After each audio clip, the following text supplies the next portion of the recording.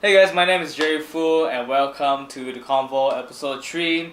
So this episode is a special episode. I actually recorded this in Miri, Sarawak, East Malaysia. So I sat down with Owen Choo, which is a long best friend of mine. We've been friends for like 10 years. And he's a digital marketer and a student, and I think that's pretty much it. So we've talked about a lot of stuff. This is actually one of the longest episodes so far in the convo.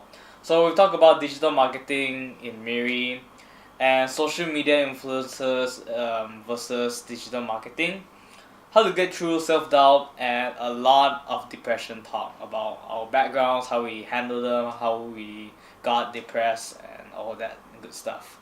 So stick around, make sure to give me a comment or like this video or podcast, and yeah, enjoy the show.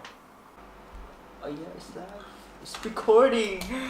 Okay, so what's up guys? Welcome to the Convo, episode 3. So we have a very special guest over here. Hello. So introduce yourself. Hi, my name is Owen, and I'm a part-time digital marketer and a part-time student. Part-time student. Whoa, Well, what? It's a full-time student actually, but then I make time for my work. Cool. So Owen, you do a lot of stuff, right? Like when it comes to social marketing, is it? It's social media marketing, is it? Well, it's basically not just social media. Do a lot of stuff, like Google ads, SEO, website development, and a little bit of video editing here and there. Content part also. So mostly just communications, right? Like, Yeah. So you're always on the web, then doing some stuff. Yeah. But mostly just for the clients, is it? Or like, do you do some for yourself? No, I don't do anything for myself right now at this moment. Right now, it's all of them are for my clients. Yeah. Okay. So what actually brings you into this this field, like social media marketing? Is it like from a friend or like from like the internet? Like what fascinates you? All right. Funny story, because back in, I would say, 2016, after I graduated from my high school, I was in Foundation of Engineering in Curtin University. Then back then, I forgot how I discovered this digital marketing, but they marketed it as something very sexy, travel the world, get to do your job anywhere in the world and then get paid, the nomad lifestyle, something like that. And then I was so fascinated about this lifestyle, so I started pursuing this digital marketing. And at first I just want to work for a company and then get my pay, all those stuff lah. Then the more I dive down into like marketing itself, at its core, I found out that wow, I actually enjoy marketing, like persuading people and how to communicate with people, mass communication, how do you figure out contests, campaigns, all this stuff, and the strategies behind, and it really fascinates me lah. So that's how I discovered this field. I see. So it's like you've been doing this for almost a year, is it? Almost 2 years. Almost 2 years. Yeah. Cool. And before that 2 years, I actually paid some online courses. In these 2 years, I spent around almost 10,000 ringgit learning digital marketing. Oh wow! Yeah, okay. almost. What website do you use? Masterclass. No. Udemy. Those guys. Skillshare. No, those are more like the generic ones. I would recommend those. But I've used some like I don't know if you guys know. Tai Lopez is a entrepreneur that's brand himself online. I would recommend his course, but some of his content that he produces might sound a bit cocky, but the courses that he gave was awesome. And Dan Lok, Then I heard about that. he's like the master of high ticket closing, something like that. I've entered his program as well, and who again? A lot of people lah. And there's this one platform called like digitalmarketer.com where you learn digital marketing skills from basically the whole package digital marketing. And all of them are I don't remember the price, but most of them are like you need to pay like monthly fees. And there's some that's one-time payment, but usually costs around a few thousand ringgit lah. Wow. Okay. Yeah. Have you heard of Gary Vaynerchuk? Oh yeah, Gary Vaynerchuk. Yeah. Do you know like how to say? Do you feel like the things that you're doing kind of related to what is honestly doing? In a way. Yeah, I think he has a. Correct me if I'm wrong. I think he has a media agency as well, right? Vayner Media. Yeah. I would say the things that I'm doing is more. I don't know if it's the media agency is doing it, but to me, what he says is more concepts. But what I'm doing for my clients and for myself are more technical stuff and more practical. I see. Yeah. So I do listen to what he says, but sometimes it's too. It's not the right time for me to use their concept yet. I see. Because I'm not at his level yet. Yeah, for him it's like he's more in like the what do you call it, the major leagues, right? Like, and then for people like us, I mean, especially here in Miri or like I said East Malaysia, it's really kind of hard. You can't really implement this kind of like methods. I mean, you can like in like a few of the things that he says. I mean, I listen to like a lot of his podcasts and then some of his videos, but mostly a lot of his podcasts, and I learn like a lot, a lot of stuff. The thing that Gary Vaynerchuk is, I used to follow him on Instagram, YouTube, and Facebook, and his podcast. Try to learn as much as I can. But after a few months, I've discovered that like even with reading books, I've had like in this past 2 years, I've collected about 40 plus books, but it's not a lot compared to other people, but it's a big change in my part lah, because I don't read books a lot last time. Oh, okay. And then the thing that I discovered with like learning is all this knowledge, all this information, right? Maybe like about digital marketing, if you're not ready to use it yet, when you learn the things like the knowledge about digital marketing or self-help, something like that, most of the time, right, you forget it because you're not practicing it. It's not your time to use it yet. So right now, I don't really go out of my way to learn stuff anymore. I rather spend the time relaxing, spending time with my family, or doing something practical, And when I need the information, I can just Google it and then find places that can help me help me solve my problem. Then I learn it, and then I can implement it straight away. That's the faster way of learning, in my opinion. Instead of just learning all of the theories and all that, you should like just go and do it, right? Yeah. It's like a sponge, You keep absorbing all this water, but then you don't use it, right? It's just gonna be there, and then you'll be dried up. And you don't have space for other stuff in your life, right?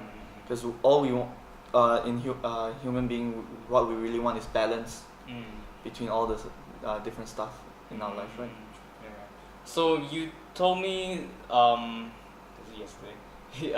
You told me before that you are actually teaching, like so how does it came to a point where you started to teach people? The company I work for, they have this program where business owners they don't have the money to hire like people to work on their marketing, right? So small business owners would like to learn these skills and implement themselves or teach their staff current stuff. So I'm working under this company, and then this company gave me the opportunity to teach the business owners. So that's how it is lah. I see. So do you feel that you actually gain more when it comes to like teaching, or like you still rather like learn it yourself or like implement it, because you're 21, right? Yeah, turning 21 this year. Yeah. So like my question is, do you ever have those kind of feeling where you feel like I still have so much more to learn, and then I don't think I will be able to like teach some people who are like, I know, 40, 50 years old. Do you have like, how do you handle that? Okay. So when I first started off, it was quite scary because the audience I'm teaching to are usually 30 and above. The oldest person I taught is around 50 years old, I think. Yeah. Oh, okay. Yeah. And without a doubt, for me, a 21 years old guy here, they have more experience than me. Yeah. But one of my mentors taught me actually is to don't think of it as the person with more experience wins. Think of it as you have this specific experience and knowledge, and they need this specific knowledge. But without the doubt, they have more experience, they have more knowledge than me. Of course, I know. So in a way, when I'm teaching, I'm always trying to learn about their business. How do they do their business? How do they start up their business? How do they, manage their staff? All those stuff. Because I don't know that. I don't have experience with that, right? So in a way, it's like two-way learning. So I'm thinking as I'm teaching you this, but at the same time, I'm also learning something from you. So if I put my mindset like this, it makes me less nervous, because I've been doing it for 2 years, and this industry, digital marketing, has only been around like 10 years. So in Malaysia, right? In Malaysia, even worse. In Malaysia, it's only been like 5-7 years. It's still quite new, right? Yeah, still quite new industry. If you're in here early, then it's a very powerful tool. I see. So okay, finally I get the time to read the book. We are not going through scripts just now. It's just pure raw. Okay, so wait, what's this? Okay, you know that. So oh yeah, you mentioned like when we were talking about Malaysia, I have this thought. Why? How do you put this in words? What do you think about the market in Miri? Like, because you've been here being on this field and stuff. So, how do you feel like the market of digital marketing, like in Miri? How do you? Have any thoughts? Yeah, I've seen a few. There's not a lot. A few like marketing agency coming up, especially freelancers. They're trying to get on this bandwagon, and but there's a thing about Miri market is like not a lot of business owners. They're still doing business the traditional way. So we need a lot of time and effort to educate the market first. So maybe around 2 more years, then maybe we'll see a change around the Miri market. But right now, you can see there's more and more Miri business owners. They're starting implementing like digital marketing. So we're getting more and more.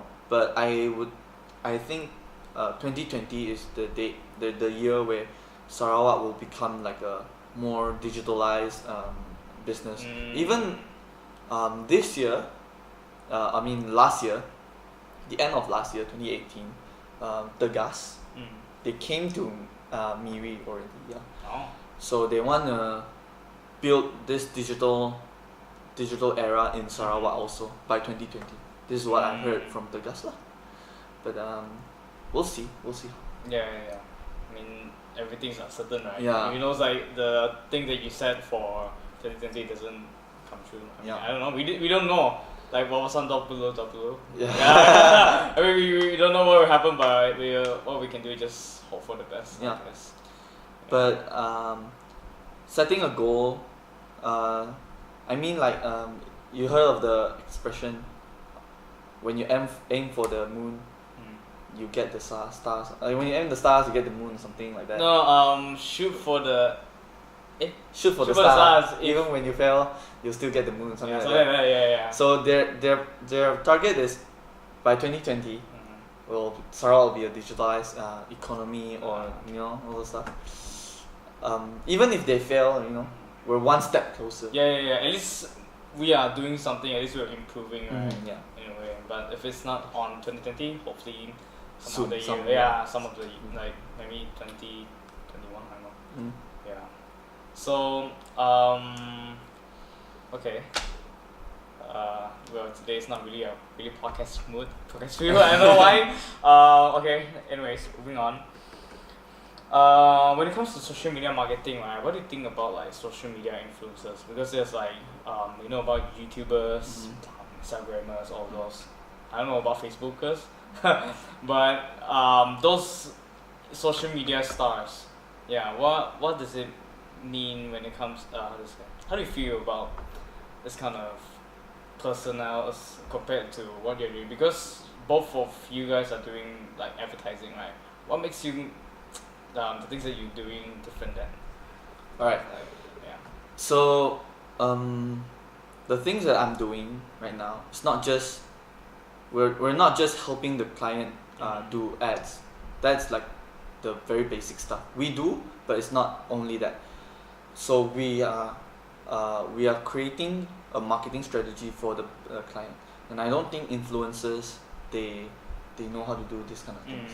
So in this marketing strategy, in some industry, we'll also implement like influencers in their marketing strategy. So me as a marketer, I see influencer as a tool to help promote the business. And influencer marketing right now is one of the best marketing tool out there, because it's online word of mouth.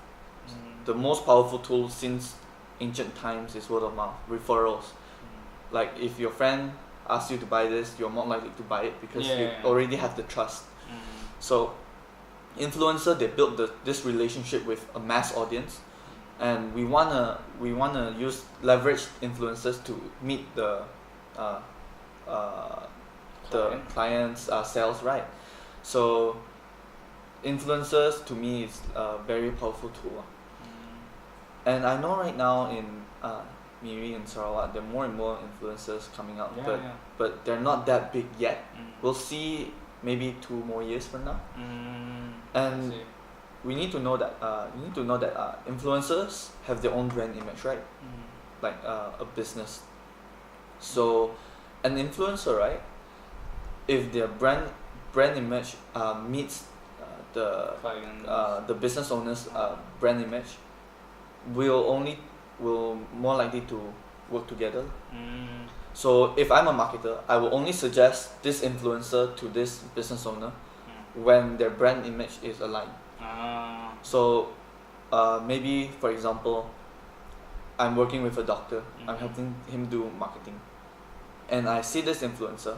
Maybe this influencer is not about health, all those stuff, but he or she provides this kind of professional image to his brand. And my client, which is a doctor, is also a very professional image, right? So I will still work with this influencer, because everyone needs a doctor. But if the brand image doesn't align, it will feel kind of off. And the audience that the business targeted will not be accurate. So keep this in mind now. Even if you're an influencer and you want to approach the business owner, you need to make sure that you and the business has the same brand image, the same vibe. You know?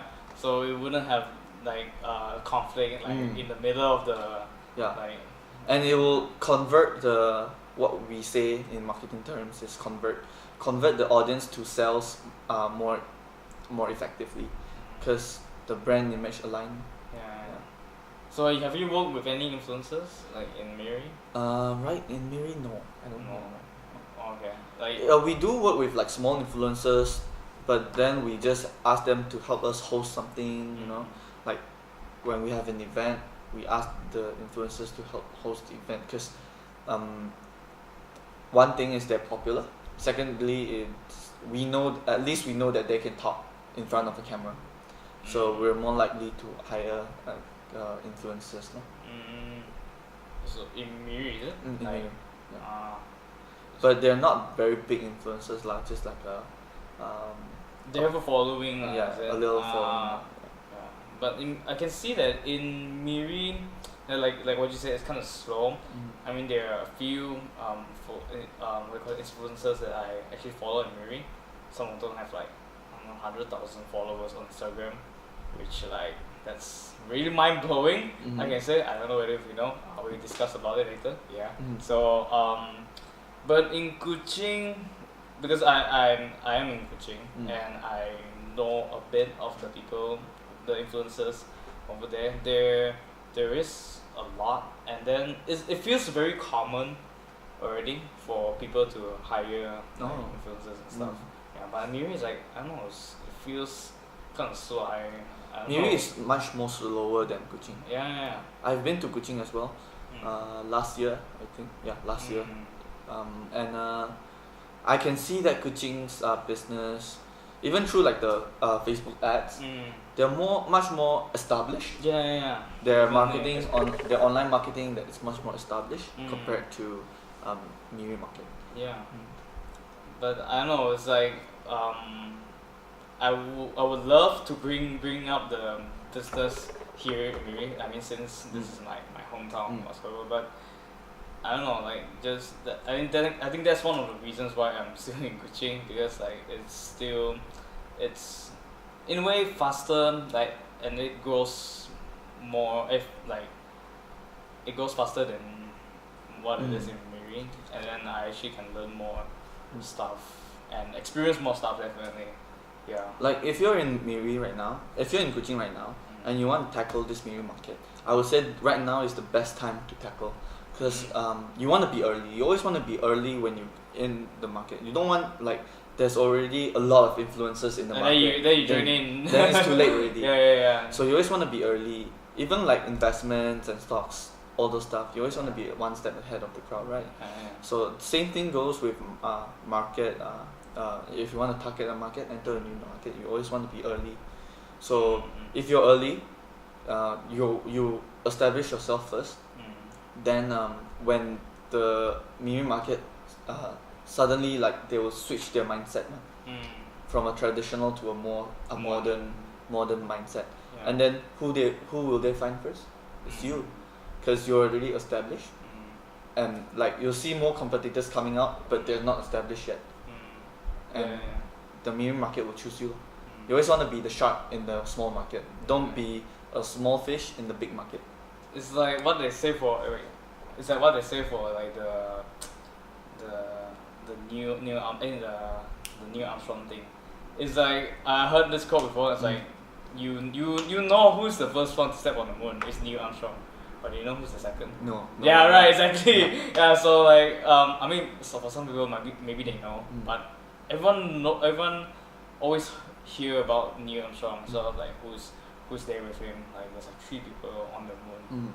Yeah, so in a way that's how things is. Like you have to be the first, but also for me it's like it's kind of uncertain also, because I heard this quote also from Gary. It's kind of true also. You don't have to be the first, but you just have to be the best. But I don't know. It still depends. It still depends also. For me, I don't. If you're starting out, I don't recommend you being the first. I always recommend you being the second. You see, Neil Armstrong and the second person, both of them still went to the moon. Yeah. They still benefited, but we all remembered Neil Armstrong, right? Same goes with like entrepreneurship and influencers kind of stuff. You don't want to be the first one there, because the first one there usually has to endure the most pain, the most doubt, self-doubts, and then to do market research, right? But if you're the second one there, you can you can learn from the first one, and then you go there much quicker. But you won't. Maybe your results won't be as good, but then you still get results, and with less effort, much less effort. So if you're starting out, always be the second one, but you still have to be early, but not the first one. And you have to be smart as well. Yeah. We'll be right back. I have to stop for one wait. Okay, we're back. That was a quick break. What were we talking about? Oh, neon front stuff. Yeah. She have this thing in my head. I forgot already.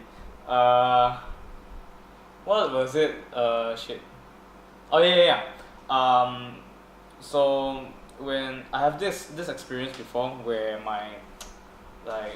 I tell this to a lot of my friends, like photographers and videographers, but I really live by this, and most of them, they actually agree with me. Like for example, if like I'm a photographer, right? Like when I take pictures, people say that I'm the best or something, and like and I always feel like, no, I don't want to be the best. And I know that I'm not the best. I mean, like there's like a whole bunch of photographers and videographers. I can never be the best in a way, and I can never be the best, and I don't want to be the best, because, how to say, if I'm the best, if I'm on top, then I won't be able to learn, like, from the others, because I'm already the best. I'm like my pictures are the best and all that stuff. Yeah, so I guess that's what I live by, and then I live by it ever since I developed this like habit, this mindset. Yeah, so I always constantly learning, especially like when it comes to like idea development. When I'm looking for ideas to make a video and stuff, I always listen to like people with different backgrounds and different ages, even though they are like really small, like a kid. And if they have like this idea, I would just tell me. I would just let I would just accept it with an open mind, instead of just saying that he or she is a kid. Like he doesn't have like any experience. But you never know, like, but people don't know this. Kids have like a very good sense when it comes to like imagination. Yeah, they imagine stuff a lot. They imagine a lot of stuff. Some people even create comics or like TV shows, like cartoons, like just from like the imaginations of kids. And then you can earn billions out of that simple idea. Yeah, so I keep that in mind, like whenever whether I'm thinking of an idea or whenever I'm talking to anyone like with like different ages, I would just, in a way, it makes me kind of a humble person, and I really like that. So I listen constantly to like people and stuff, but I don't know, I just like, you just want to be humble. But you don't want to be the best. I think that's something that everyone should look into, like should keep in mind whenever they're talking to people. But because I don't really see a lot of people doing that, because people keep telling me that I will just be wasting my time if I'm talking to this person or whatever. But no, like you definitely learn something from that, even though it is a bad experience or it's a good experience, but you're still gonna get something out of that. For me, the key is to finding balance within like your mindset of, you don't want to be the best, but at the same time you strive for the best. You know. So the key is to finding balance, even if even when you say you always learn from everyone that you get the opportunity to, but sometimes you need to understand that your time is also very valuable. I'm not saying all the time, but I'm saying sometimes you need to understand that your time is very valuable, and you would rather do something else instead. This is called opportunity cost. So opportunity cost means that once you're doing this, you can't be doing something else, right? You can only be here at one time. So which one would you choose? So if you choose this, you can't be doing this. So sometimes the key is to find balance. I'm not saying that we shouldn't learn from kids. I mean, kids do have a lot of imaginations, all those stuff, but you need to understand that don't because you want to learn from kids and you miss some opportunities that are more important. Always keep this in mind, and you want to be humble, but don't be too humble as in you don't have the confidence. Right? And you don't want to be too cocky as well. So everything in life is balance. And the hardest part about this is to find the balance. I think that's what we are trying to look Everyone for. is trying to do the silver line, But then it's like, in some cases, if you're being balanced, it's like I don't know, it's very hard. This kind of thing is like, if you want to be balanced, sometimes you want to be balanced, sometimes you just want to go over that like line, like I don't want things to be balanced. I want to be more on this side, so like less on this side. Well, more on this side, less on this side is still a balance, but it's a balance within you also. It's all about priorities, right? But I mean, this life is like, there's just a lot of things to figure out. So I guess like we never know how things actually work in a way, because I don't know, because I've been told, like when I was still in primary school and high school, when I was still in school, I was taught, I was being taught that I don't even English today, fuck. That whatever I'm doing, it doesn't how to say. Because I actually thought of doing videos when I was in like primary school. I was very curious when it comes to like making videos or like being in a movie or like being in a video, And then I shared that to my friends, like people around me, and they're just calling me like saying that it's not gonna happen, or like, this is the path that you shouldn't go for. Like you will, how to say, you eat grass like you are. When you are old enough to do so, and I believe in what they say at first, and then when some people started to come out, like one of my neighbors in KK, their group, they've become an social media influencers actually. So that's when my parents and my mom started to believe that you can actually earn some money from like online and stuff. So I don't know, I always have this feeling like, what if I don't listen to my parents, or what if my mom and my friends, like what will happen if I don't listen to them? So what I'm trying to say is that it's so uncertain, like some people don't, like we don't know better. And then in the end I'm still doing what I set out to do like in the past. So you can't like predict what way you're gonna go. Because there's always different opportunities. Because like earning money online, like back then, it sounded insane. It sounded like it's not achievable. I mean, you see, you're in a way you're earning money from like the web, right? So definitely. So it's very insane to see, like how to say, like as years goes by, like something impossible can become something possible. Like 100 years ago, people can't even imagine human beings landing on the moon, right? So now we already achieved it. So keep doing what you're doing, and if you believe that this is the right thing for you to do, then just go for it, man. I think that's the most important part when it comes to like knowing your passion, knowing what you want to do in life. Like there's this quote saying that the two most important days of your life is the day you were born and the day you find out why. I learned agree. I learned that from Casey Neistat actually. Wow. He mentioned that before, and like, wow. So okay, we have one more question before we end. We have much more questions. Okay. So wait.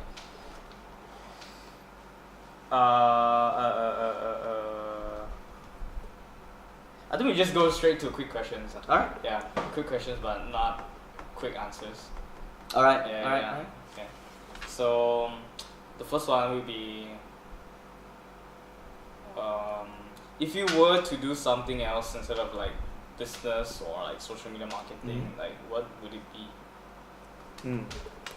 I don't know actually. Maybe something creative, more creative side.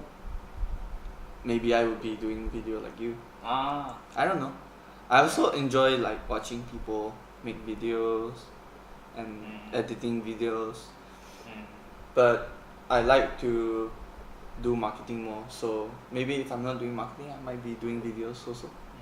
So that's one of the skills that you might pick up. Yeah. Someday. Yeah, someday. Yeah. Or maybe even music. I've always been very curious and passionate about music, but I don't really know how to create my own music, and I don't have the tools for it. But right now I'm not bothered by it. But if I do get an opportunity, I would definitely go for music also. Oh, I see. Yeah. Okay. Next question. How do you handle in times of like doubt? Like how do you handle doubt? Oh fuck! Can I swear? Huh? Hey, this is, you can swear if you want. Right? Yeah. Doubts. Okay. Yeah. Doubts has hit me very hard in this past 2 years. You know, especially a little bit of backstory. When I was in high school,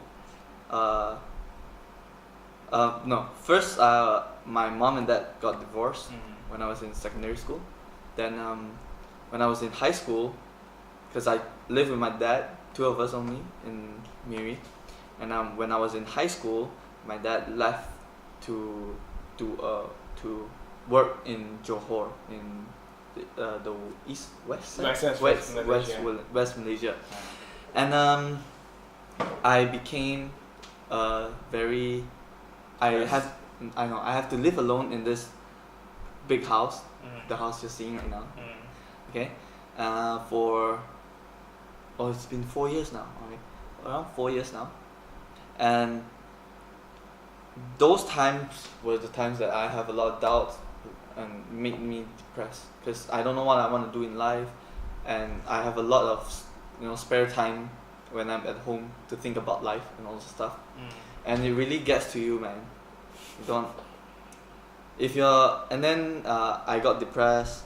I tried searching for help because in Curtin University there's this counselor thing where you can go for counsels and all this stuff, but then honestly it doesn't work. I got out of my depression on my own, man, and I start reading books, watching more videos about entrepreneurship and self-help, all this stuff. Self-help books, some people say it doesn't work, but for me it does. And it helped me get out of my depression, and I found my purpose in life, I would say. And then what's the question? How do I handle doubts? Okay, so how do I handle doubts? Right now I do have doubts since the beginning, but right now I still does continue to have doubt most of the time. But how do I handle doubts right now is I think about, like, for example, if I want to go to this person and talk about my product, my service, and I will have a self-doubt. What if this happens? What if that happens? I'm sure everyone can relate, right? Yeah. And I always talk to myself about this. What if I don't go, and then the next day I'm dead? Will I regret it? It's all about the regret. So if I do regret it, then I think, alright, the worst thing that can happen if I approach this person is getting rejected. Can I deal with that? And then I ask myself that question. Honestly, when you can ask yourself that question, you will get through it very well, because nothing in this world is gonna be that bad, right? Even if, let's say, I'm not a person that's afraid of death, right? So I do a lot of stupid shit, like jumping out a pool, playing skateboard, like extreme sports, you know, with my friends, even though I don't know how to skateboard, you know. I'm not a person that's afraid of death. So whenever I ask this question to myself, like, what's the worst that can happen? It's like, is it death? Can you deal with death? Yeah, sure, why not? I just do it. So this is kind of my mentality. I always ask myself a question. And another way I found that helps me get my mindset together is by meditation. I do meditation every single day. I try to do it every single day. I've been doing it for this past year already, and actually it helped me a lot. One of the reasons I got out of my depression is also meditation. So I use this app called Headspace. Oh, shameless plug. Oh shit! Sponsor us, please. If you want me to be your affiliate, hook me up, please. I know the CEO's name is Andy something. Right. And it really helped me a lot, honestly. So the app, basically, there's a lot of packs. You can work on your self-esteem. You can work on something else. Even productivity or motivation, all those stuff you can work on. And I found that the more I meditate, the more relaxed I am. Not like, oh, relaxed, but I'm not that worried about stuff. You feel better than... Yes, I feel a lot better, and I find myself being in the moment more, not worrying about stuff that, honestly speaking, it's not gonna happen. Like when I worrying about tomorrow, worry about planning. I still do my plan what I'm gonna do tomorrow, but the only difference is I'm not worrying about it. So my mentality right now is when the time comes, I'll think of a solution, so I don't have to worry. But time and time, I still have doubts, and I'm not a master at meditation. Just to be clear, I just practice it, try to practice it more often. It's just like 10 minutes a day. So of meditation. Yeah, 10 minutes of every day I wake up, go shower, brush my teeth, settle my stuff, and then meditate before I go out. So that's my morning routine. So it also helps me to clear some doubts, stop some worrying, and just be better throughout the day. I think doubt for me is that you cannot actually eliminate it. Doubt is always gonna be there, but it's like there's always a way into how to say it? Manage it. Manage it, or like temporary eliminate it. It's still gonna come back in like different forms. But for me is that I used to smoke. Just to like get through doubt, like whenever I'm doubting. But in a way, it creates more doubt because smoking is bad. So it's like I'm doubting this situation where I'm smoking, like fuck man, this makes me more like, this gives me more doubt. Paranoid, like fuck man, I'm gonna die after smoking. Who knows, this is gonna be my last cigarette or something like that. And then in the end, I have 2 doubts that's killing me. You know, those kind of thing. So for me, it's also the same as you. I meditate, but I don't know. Somehow I can't really find time to meditate. I use the same app. It's the same app, but I didn't go for I didn't pay for it. I used the free one. I used to try one, and then after the trial, I'm not sure whether if you can use it again. No. You can't use it until you pay, right? I paid for it. For the annual one or? The annual one. I see. I think I will do that because it actually really helps me. I think it helps you a lot as well. Yeah, man, I should. If you only have like $300 in your bank account, and you're thinking of like self-investment, the best self-investment you can get is really meditation. Of course, you can do meditation for free. Yeah, definitely. But using the app, it's more convenient, and I don't have to worry. Don't have to think about how am I going to do this. It's one less thing to think about, and save up more space in your mind. And then someone is guiding you, right? The app, Damn, it's like we should have approached the CEO of Headspace, man. Yeah, but it's a really cool app. Yeah, and then I don't mind like sharing it out to some of you guys who are watching. Yeah. But before I came across Headspace, I actually did it myself. Yeah, like do it for free through YouTube videos and not videos, sounds. Yeah, I search for like calm meditation sounds, meditation music. Like a crashing wave. Yeah, or like raining sounds, and then just like listen to, but sometimes it works. Sometimes it's like fall asleep. Yeah, you tend to fall asleep like, oh damn, what the fuck, man. Yeah, and then in a way you are not actually meditating. Yeah, you're just sleeping. Yeah, you're just tired. Yeah. But then yeah, it kind of helps me a lot. But then it's like, I think I still cannot find the what do you call it, the mindset when it comes to like facing people who doesn't meditate, because people who doesn't meditate, I don't know, you can feel it. Like sometimes you feel like you can know instantly that this guy actually meditates, and like he is more open to stuff and like easier to talk to, easier to get along with. I'm not saying all, but most people that don't meditate, right? They are controlled by the emotions.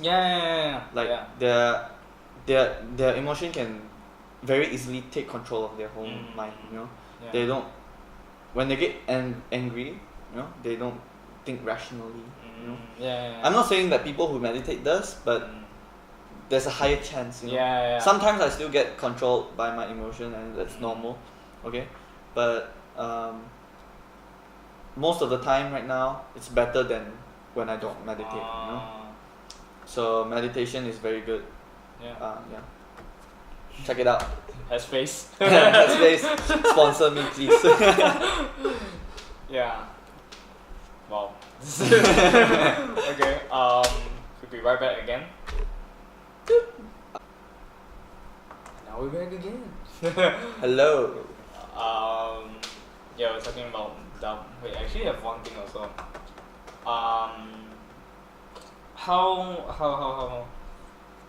How do you actually go?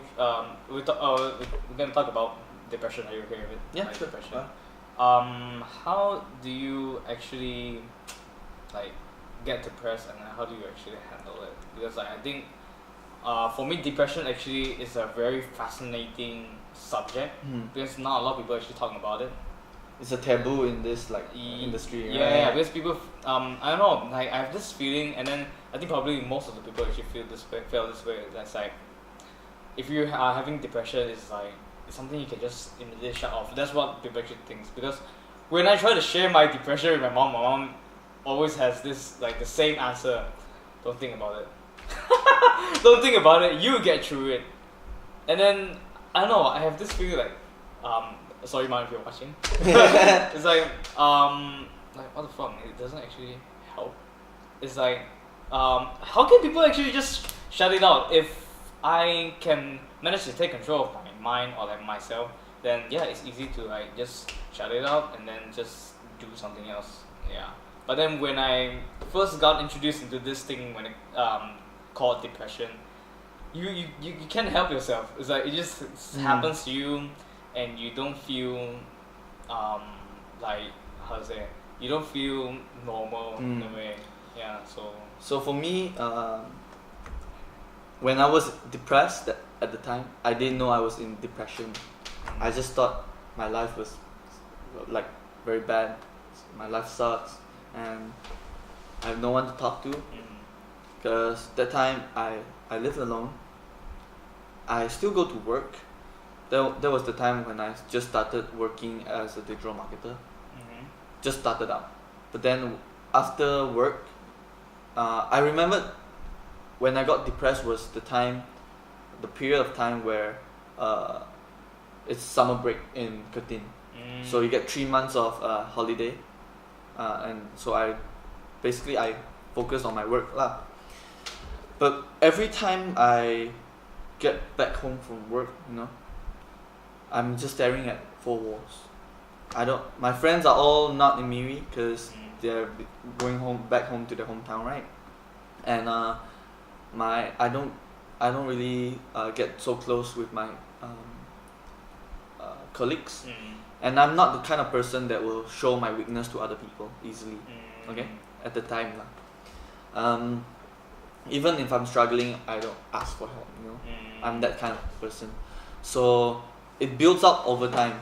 Like I keep worrying about this and that, and then I'm very sad that don't have someone to talk to.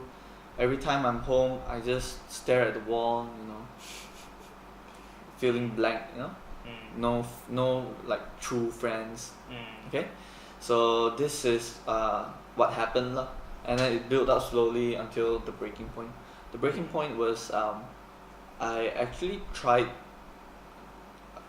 I didn't try it, but I was thinking about like suicidal You have thoughts. like dark thoughts, right? Yeah, very dark. Oh my god. Thinking back, I'm like, wow, hold up. But then I started. Then I was like, man, I can't be living like this anymore. So I started watching videos. At first, it started off with YouTube videos, like about self-help, you know, how to find purpose, TEDx talks, you know, all those entrepreneurs. Some entrepreneurs, they talk about self-help also. Then it started off like that, and then I got into books, and then I got into meditation, which helped me a lot. Books and meditation was the thing that helped me a lot, but YouTube video was the stepping stone. Without YouTube videos, I wouldn't have like the you know, going through books, going through meditation. So I would say the one thing that actually helped me was the YouTube videos, because of the YouTube videos, it didn't really help me, but it gave me a lot of resources to help me. So when I read like self-help books, I figure out that my mindset actually changes my thoughts, you know, that I need to change my mindset, and then I got into meditation, and then yeah, so meditation really helped me you know, adjust my mindset too. It's like it reignites the candle in you, right? Yeah. So you just need that spark that, and then you started to do stuff, right? And the funny thing is, like for me, depression, when I got out of it, I didn't know that I got out of it, because I didn't know I was depressed. Yeah. Then when I think back, oh damn, I was really depressed. I was depressed. What? What the shit? But when I was trying to get out of my depression, okay, it's not like a snap of a finger then you get out. It's like a level. You need to climb a ladder. So you're working on yourself, read books, meditate, and then one day I just realized, oh shit, I'm not sad anymore. Okay, and that's about it about depression. What about you? Like I know you were depressed also, right, last time, but you were much more earlier than me, right? For me is that I didn't know my depression is building up. Like I think mine is like the same case as you, but it's like earlier, and I was still in. What about you? That's when it started. What? When you met me? No. You got depressed? I mean that period. It's like when I was still when I was in primary 5, like 10 years ago from now. For you, like if the audience didn't know about it, me and Jerry met when we were in primary 5. We were in the same class. He was a transfer student, and I just came up to him and shook his hand and said, "Hi, my name is Zhiyun. And then what's your name? Something like that." I remember something like that. And then I sat next to you. No. No, I didn't sit next to you. No, you sit in front of me, right? Yeah, somewhere close. Yeah, very close. And then just like that, we became like very good friends. Yeah. He came to my house and slept over, and we hang out a lot, something like that. Yeah, then until now. Damn. 10 years. Has it been 10 years? Yeah. Wait, now we're 21. Primary 5 is 11, right? Yeah, now, 10 years. Yeah, 10 years. 10 Yeah. years. It's at least 10 years from now. Yeah. Anyways. Sidetrack. So from my mom and dad getting divorced, same thing. And then from me not being accepted by like some of the classmates, I guess, Mm-hmm. from school, and like not being able to figure out like what am I gonna do in life. Mm-hmm. I think it slowly builds up because back then it's like it's not what I actually thought of, think about. Like when the time comes to when I'm in coaching, when I have to handle everything alone because I'm there on my own and then my mom is in KK. I don't feel like I have someone to Depend on. depend on. Yeah. Exactly. Yeah. Same thing. Yeah. So like I have to do everything like myself, by myself. Yeah. And then that was when I tried to look for a girlfriend. Actually, I don't know. It's like you just need someone to how to say depend on. Like you feel like whenever I'm sick or like if I you just need that one girl. It can be guy also, but not perfect girls. Yeah. But what the fuck? Yeah, but then when I started to do that, started to like mingle around with girls, until a point where I got to desperate, and then it got me into a point where not really forced lah. It's like I'm being very pushy, like aggressive. Aggressive, but not too aggressive, you know.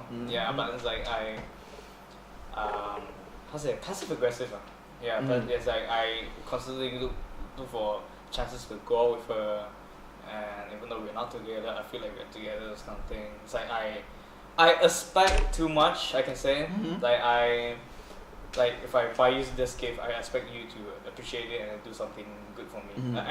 I expect a give and take, but this kind of thing doesn't actually work like that. You know? Yeah. So I think I learned from there. I learned my lessons from there, and then the last girl that I actually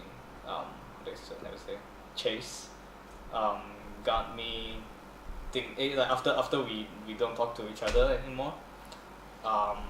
It got me to a point where it's so low, until a point where I feel like, fuck man, my parents got divorced. I don't really have real friends. These girls don't really want to date me. What else can I do? Like my life is shit. No one wants me in my life. You know, even my dad doesn't want me. All this kind of feel. So I was like, damn, it's so deep.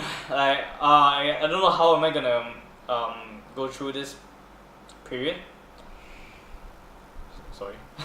So it's like I have to do something. Yeah, and I think it's the same way as you, but it's not TEDx and stuff. It's actually from I actually mentioned this in my videos, some of my videos, from Peter McKinnon and Casey Neistat.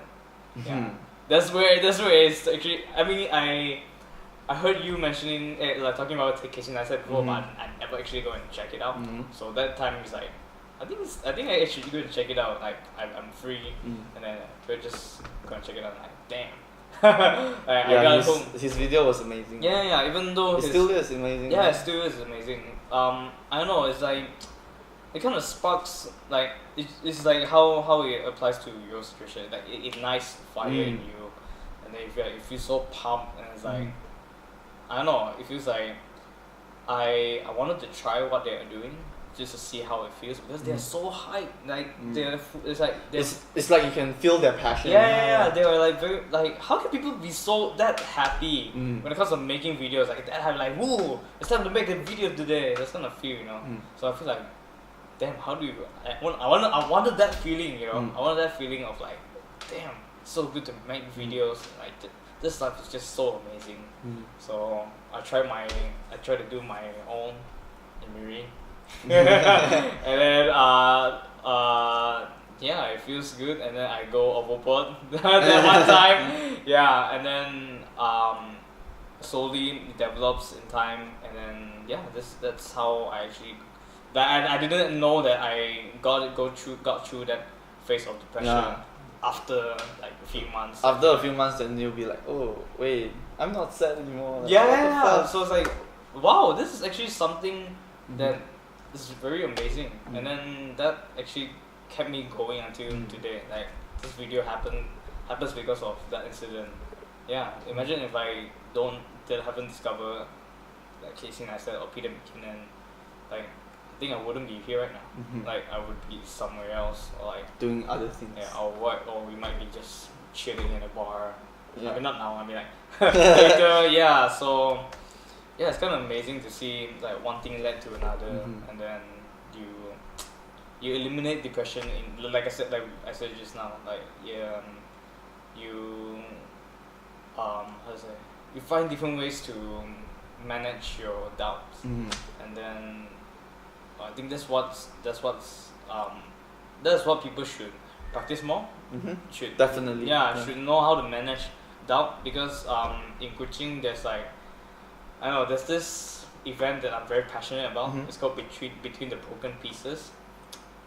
Oh. I don't know if you've heard about No. it. It's just about depression and stuff, and people can actually write their stories. Oh, I saw Yeah. you promote it on your videos, right? Or your Insta stories. Yeah, I think so. I did promote it. Like, Yeah, I'm I very saw it. I'm very passionate about that, because I mean, I go through depression before, so I know how they feel. And some of them even go through worse. You know, I read some of their stories. It's like, wow. Yeah. So it feels like you're not the only one, and then people actually go through that, like, with you. Yeah. Yeah. So one thing that I learned about depression, after I got out of depression, which sucks because I don't get to use it, but never compare someone's depression with another one's depression. Yeah. Because like, to person A, their depression might be something very not that important, like maybe some little things, but he's still depressed.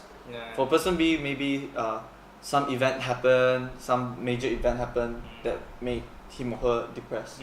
But both of them are depressed, so I try not to compare the events that happened that led to the depression. Yeah, like. So if you compare, person A will be more depressed. Why am I depressed out of something so minor? Little. Like, it will lead to something like that. Yeah. So this is what I learned, because when I wanna step out of my depression, I forgot who, but one of my relatives or my family said that people are going through much worse. Why are you so depressed on such little things? And it got me even more depressed. Because I was thinking, why am I so weak? Why am I depressed out of so little things? I'm weak. But you need to understand that everyone is made differently. We have different mindsets, we have different thoughts, different experiences. So it's hard to compare all these things. So try not to compare you with other people, especially your siblings, because being brought up in like Asian families, I don't know about Western families lah. Our parents tend to compare us with our siblings. Exactly. And it tends to make like the better sibling even better, and the worst sibling even worse. I'm putting like air quotation with better and worse because it's subjective. But I will try to not compare my kids if I have in the future. So if you guys have planning on have kids, this is something to think about as well. Yeah. And then it's like, how to say it, because shit, suddenly. Because you're different. Everyone's different, but and then if you compare, it's not fair. No, the experience isn't the same. Yeah, it's like I think that's why parents and like elders they don't feel what you feel. That's because what we experience, they've never experienced before. Let's say you don't really get likes on Facebook. They don't know how it feels because they don't have that. They don't know they didn't go through that in their time because they don't have Facebook. You know, there's some people might think that this is just like some bullshit. Like like why do you need so many likes? You know? But for some people it really matters. It's like they might be thinking that no one cares about me. Not even people online. Not even people that I see don't care about me, and then people online don't, like how to say, like just no one cares about him or her. So yeah, you don't know that Yeah. until you talk to them, until you understand how they feel. Because I actually talked to my mom before, like back then I was like super depressed. I was like shit, and then I told my mom that try to talk to me. I was like being very serious. I said like, try to talk to me, okay?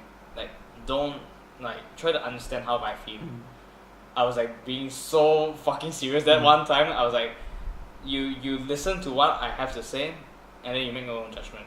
Yeah, I said exactly the same thing that I said just now, like because you didn't go through what I go through. But from time to time she wouldn't understand because it's hard for like elders to understand us because our exactly. world is so different from theirs, you know. Yeah. How they brought up and how we want to be brought up is like, you know, it's different. Yeah, and then it's like but I can say it takes time for them to really understand how you feel. Yeah.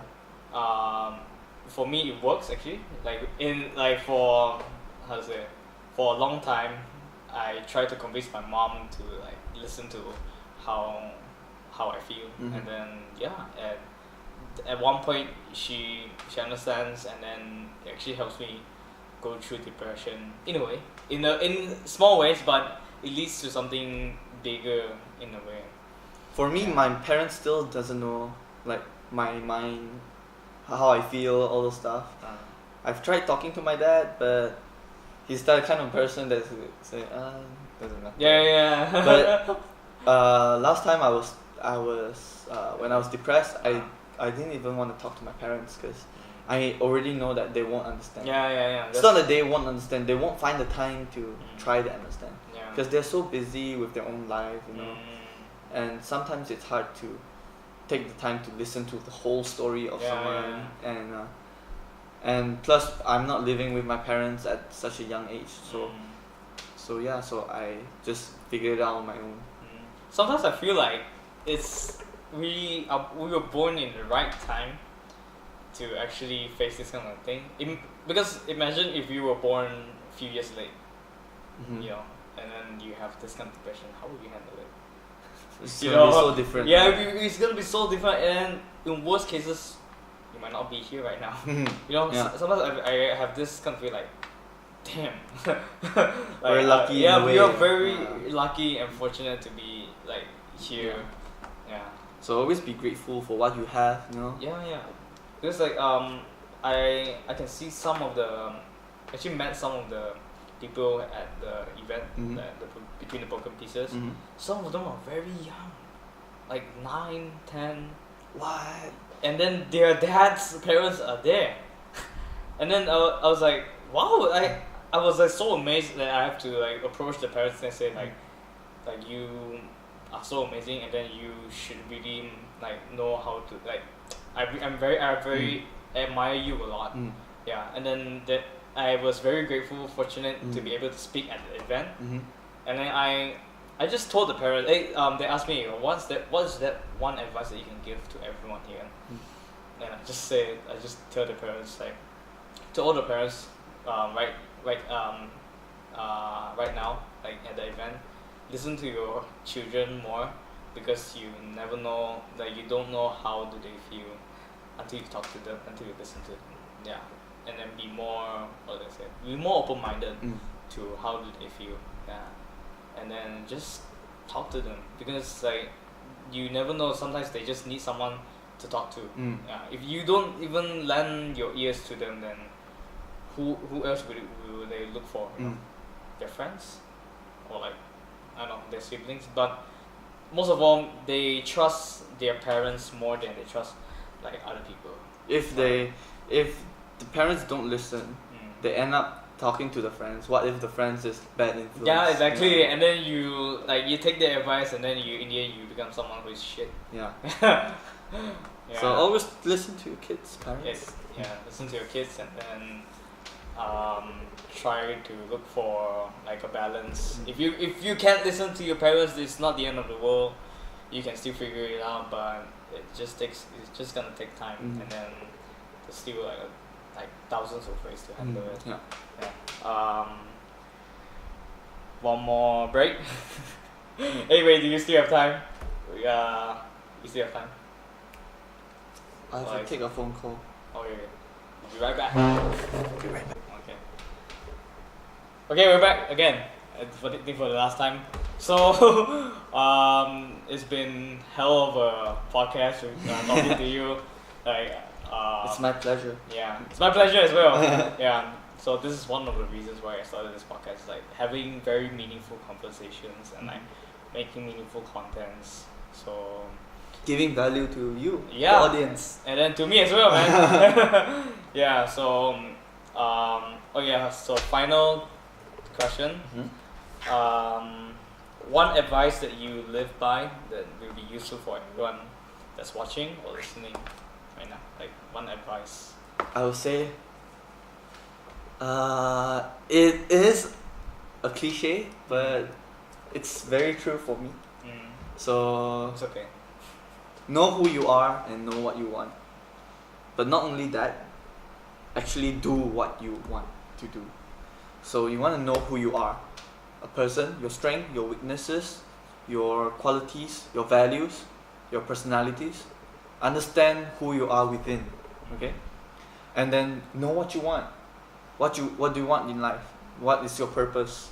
What do you want to do when you grow up? Or maybe you're already grown up. Is this the real things that you want to do? How are you going to make this? You're only going to be in this life for 70 to 80 years. What impact can you create to this world? Even if it's small, it's still okay. You don't have to be a big impact. Yeah. You don't have to do something noble. Maybe you help your locals get more job opportunities. There's also some kind of impact. Change people's life, you know. And the last part is actually doing it, because idea without execution is nothing. It's just an idea. But don't. Right now myself, I'm in this stage where I just execute. I don't really plan that well, so I'm trying to change it. So I would say 90% is preparation, 10% is execution. But without one or the other, it just won't. It's just gonna fall apart. Because execution is key, but preparation, planning, and idea planning and all those stuff is also important for you to execute something good, something great. So yeah, I guess that's all for my part. Yeah. One thing I want to touch about, Okay. execution, right? That's really strong. Like I heard about this like a lot of times from like people who wanted to start out like making videos and like making even podcasts, but not podcasts, but hopefully someday they will actually start. Yeah. So this is one like I said, this is one of the things that I actually wanted to start, like start to inspire people to make to do stuff. Then we share the same goal, man. Yeah. Yeah. So for your case is like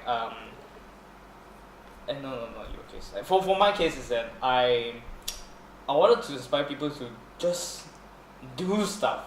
You know, it doesn't have to be making videos. It doesn't have to be like making podcasts.